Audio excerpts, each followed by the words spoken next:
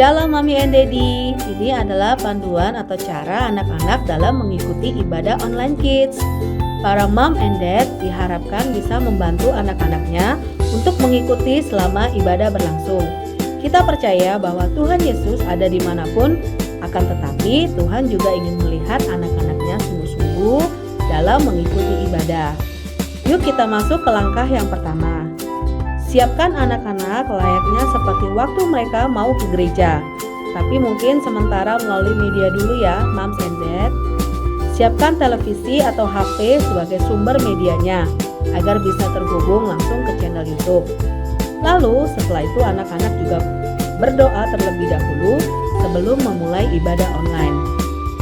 Yang ketiga, ajak anak-anak untuk mengikuti ibadah online dengan baik sesuai arahan Miss atau Sir, seperti ikut memuji Tuhan, mendengar firman Tuhan, serta mengikuti kegiatan art and craft. Para moms and daddy juga harus mengingat bahwa anak-anak dapat mencontoh perbuatan kita ya, sehingga kita harus menjadi teladan bagi anak-anak. Nah, kita percaya jika kita haus dan lapar akan Tuhan, maka Tuhan akan memberikan apa yang kita perlukan. Berbahagialah orang yang lapar dan haus akan kebenaran, karena mereka akan dipuaskan. Selamat beribadah, Tuhan Yesus memberkati. Hai, selamat sore adik-adik. Selamat sore teman-teman. Apa kabar kalian semua? Pasti kabarnya luar biasa dong. Amin. Ya dong, kalian harus kabarnya luar biasa sekali. Karena Miss mau mengajak kalian untuk beribadah bersama di sore hari ini. Kalian harus semangat ya. Kalian tidak boleh lesu-lesu. Ayo adik-adik, kita mau meminta Tuhan Yesus, mengundang Tuhan Yesus untuk hadir di sore hari ini beribadah bersama-sama dengan kita ya. Siapkan hati kita, fokuskan hati kita untuk beribadah kepada Tuhan. Yuk sama-sama kita berdoa terlebih dahulu ya. Tuhan Yesus, terima kasih untuk hari ini. Sebentar lagi kami akan memuji dan menyembah Engkau Tuhan. Terima kasih Tuhan. Amin. Amin. Oke adik-adik, kita nyanyi bersama-sama ya. Minta Tuhan Yesus selalu ada bersama-sama dengan kita. Ya Tuhanku, curahkan Roh-Mu. Amin. Penuhi kami dengan kuasa kudus-Mu. Amin. Api kudus-Mu yang berkuasa, pulihkan hati yang hancur. Roh kudus-Mu yang berkuasa, membakar hatiku.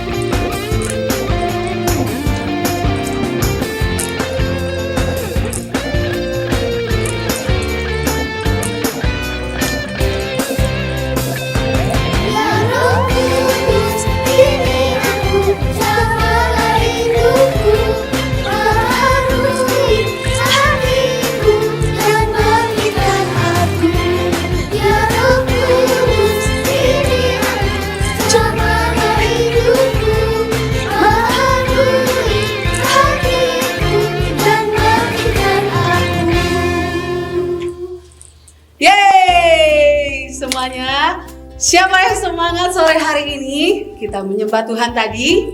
Ya, kita selalu harus mengandalkan Roh Kudus, Tuhan Yesus kita ya.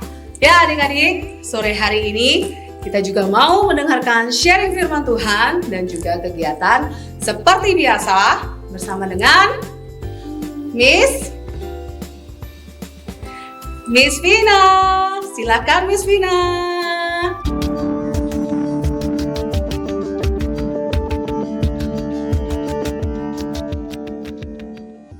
Halo adik-adik, selamat sore, berjumpa lagi dengan Miss Vina hari ini. Nah, hari ini Miss akan membahas tentang menikmati hidup kudus setiap hari. Sebelum kita masuk ke sesi sharing dan kegiatan nanti, ada baiknya kita berdoa terlebih dahulu.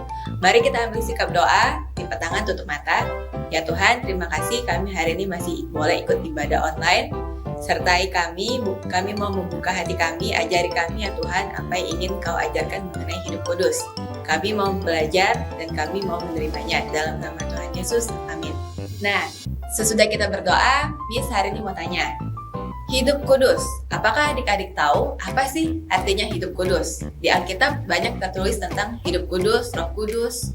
Nah, siapa yang tahu boleh angkat tangan. Apa arti kudus dan mengapa kita harus hidup kudus?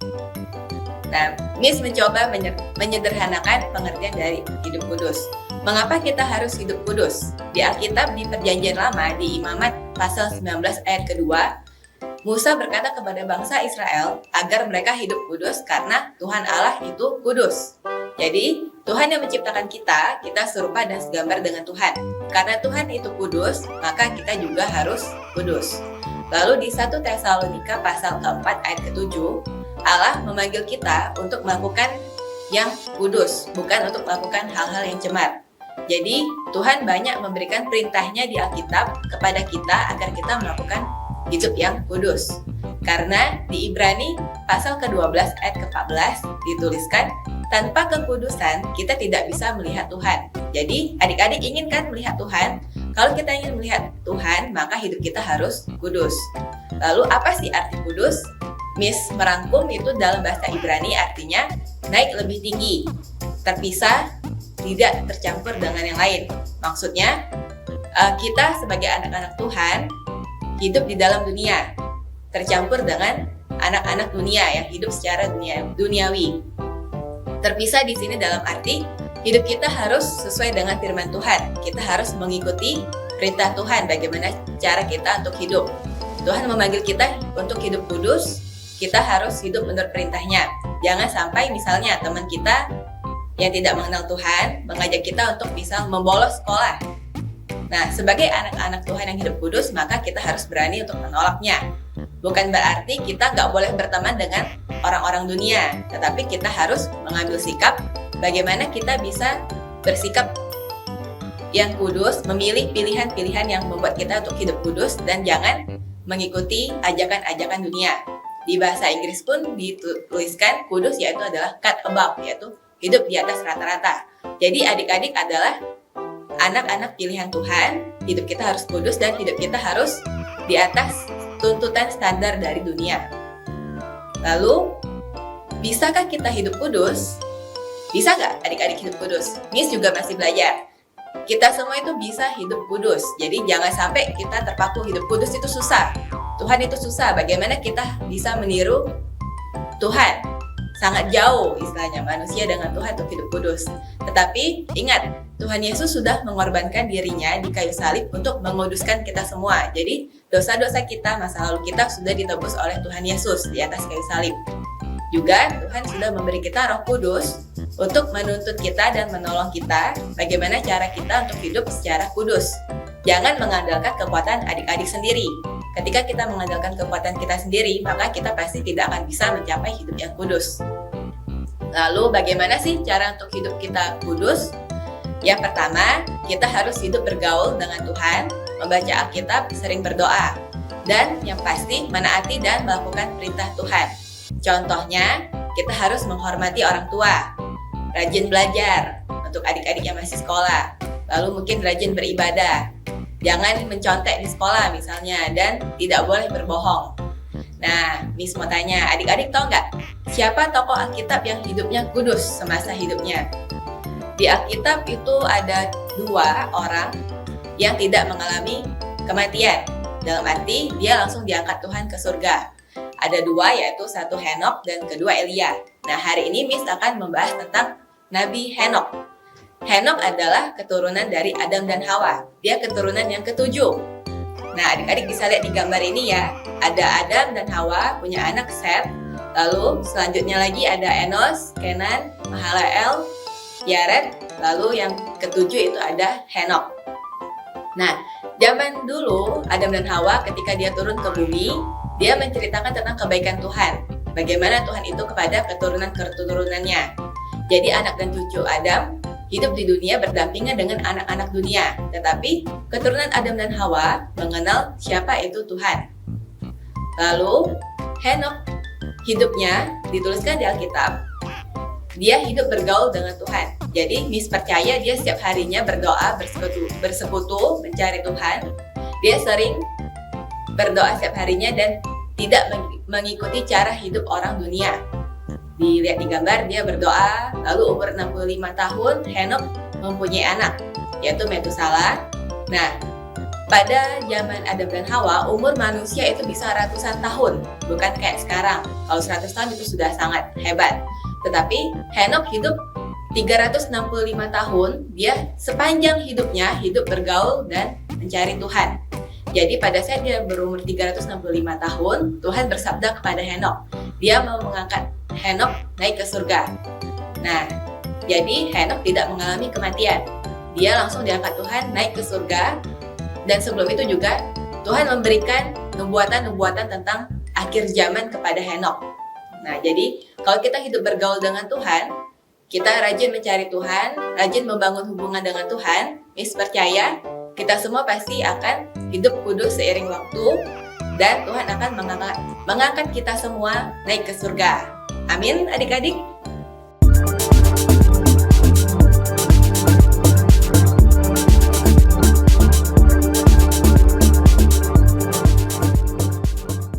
Nah, adik-adik, berjumpa di kegiatan hari ini. Kita akan bereksperimen dengan air. Miss mau menunjukkan bagaimana hidup kudus dicampur dengan yang tidak kudus, lalu bisa menjadi kudus lagi. Tadinya Miss mau kasih eksperimen air. Ketika kita campur dengan gula, lalu ada pewarna, itu bisa kita tumpuk warna-warni di dalam satu gelas. Tapi itu nanti saja kalau ada waktu di lain kesempatan. Sekarang, Miss minta adik-adik menyiapkan, misalnya 3 atau 4 gelas kita isi air, lalu siapkan juga pewarna.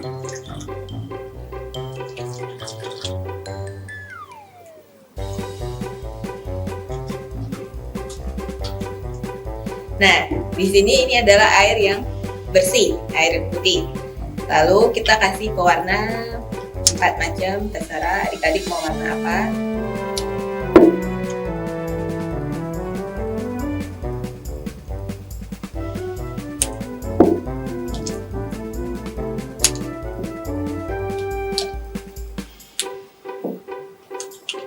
Di sini bisa ada warna oranye. Lalu ada warna biru, warna coklat, dan terakhir warna ungu. Nah, Miss juga sudah menyiapkan 2 gelas di dalam satu wadah. Miss mau menunjukkan bahwa Tuhan itu kudus. Kalau kudus berarti airnya itu bersih. Jadi Tuhan yang kudus diselambangkan sebagai air yang berisi dengan air yang bersih. Lalu hidup kita, hidup adik-adik itu bagaikan gelas yang kosong. Jadi di sini kita masih kosong. Mau kita isi bagaimana hidup kita itu tergantung dari kita dan adik masing-masing. Misal ketika kita mengisi dengan yang tidak kudus, misalnya di sekolah mencontek. Jadi ini anggap sesuatu yang tidak kudus, warnanya ada warna ungu. Jadi adik-adik misalnya mencontek nih di sekolah, lalu pulang dari sekolah melawan orang tua suruh makan, adik-adik bilang gak mau main aja. Nah, ini ada campuran lagi. Oh, adik-adik lihat warnanya jadi kecampur kan. Lalu misalnya papanya suruh bantu mamanya beresin tempat tidur, adik-adik juga ngelawan, gak mau. misalnya juga bertengkar dengan saudara di rumah. Itu juga perbuatan yang tidak kudus, jadi Miss campur lagi. Nih, kuning campur biru tuh jadi hijau, tapi ini sudah kecampur warna yang lain. Lalu misalnya ketemu teman di sekolah, adik-adik malah mungkin berbohong, nggak jujur dengan temannya kalau ditanya sesuatu, itu juga perbuatan yang tidak kudus. Ketika semua warna dicampurkan, lihat ini. Apakah hidup kita menjadi bersih? Apakah ini kudus? Kalau kita bandingkan dengan Tuhan itu bersih, bening. Nah, hidup kita itu sangat kotor. Nah, bagaimana kita mau menguduskan hidup kita? Bisa dibilang, bisakah kita hidup kudus? Jawabannya bisa. Walaupun kita berbuat banyak dosa, kesalahan, kita bisa menguduskan hidup kita dengan bantuan Roh Kudus dan bantuan Tuhan. Jadi, ketika adik-adik rajin membaca Alkitab, rajin berdoa, itu sama saja seperti kita memasukkan Tuhan ke dalam diri kita. Sesuatu yang kotor ini, ketika kita terus masukkan hal-hal yang dari Tuhan, maka seperti yang adik-adik lihat, airnya lama-lama akan menjadi bersih. Dari yang tadi hitam, kotor, semakin lama semakin bening. Menguduskan hidup kita juga butuh waktu, tidak bisa instan. Dan percayalah, tiba waktunya hidup kita akan menjadi bersih, kudus seperti Tuhan. Nih, adik-adik lihat, sama-sama bening kan? Jadi, apakah kita bisa hidup kudus? Jawabannya, bisa. Sesuai dengan ayat hafalan kita untuk minggu ini, ada di Roma 12 ayat kedua. Janganlah kamu menjadi serupa dengan dunia ini, tetapi berubahlah oleh pembaharuan budimu, sehingga kamu dapat membedakan manakah yang kehendak Allah, apa yang baik, yang berkenan kepada Allah, dan yang sempurna. Bisa dibaca ini hafalannya. Adik-adik buat videonya, Miss tunggu di grup gereja paling lambat hari Rabu. Nah, tadi kita sudah mendengarkan sharing dan kegiatan.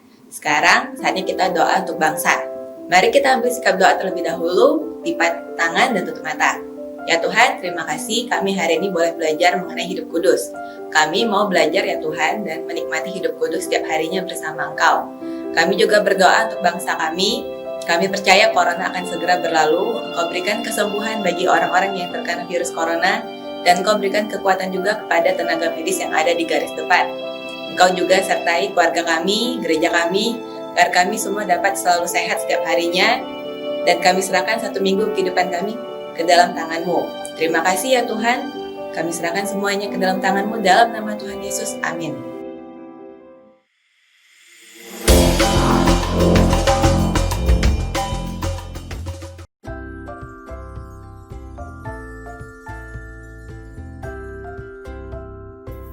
Amsal 13 ayat 13. Siapa meremehkan firman akan menanggung akibatnya, tetapi siapa taat kepada perintah akan menerima balasannya. Amin. Adik-adik akan dapat 2 poin untuk kehadiran. Caranya komen di bawah nama adik-adik ya. 2 poin selanjutnya untuk video ayat hafalan yang kalian kirimkan ke nomor WA gereja di 0857 999 99708. 9-nya ada 5 kali ya. Terus 4 poin untuk video yang kalian kirimkan terpilih di YouTube kita. 1 poin untuk kehadiran adik-adik di grup iCare kalian. Lalu 1 poin lagi bagi adik-adik yang bisa menghafal ayat hafalan kalian di grup iCare. Nah, tinggal poin terakhir nih, poinnya gede. Kalian akan dapat 5 poin bagi yang bisa mengajak teman atau saudara untuk join di ibadah kids kita. Caranya ikut selama kurang lebih 3 minggu berturut-turut, lalu komen nama kalian dan siapa yang mengajak kalian di ibadah ini. Nah, dari semua poin yang kalian kumpulkan, pasti ada hadiahnya dong. Hayo, siapa yang mau hadiah? Yang mau ikut terus ibadah kita kids ya. Oke, sampai jumpa kita di minggu depan.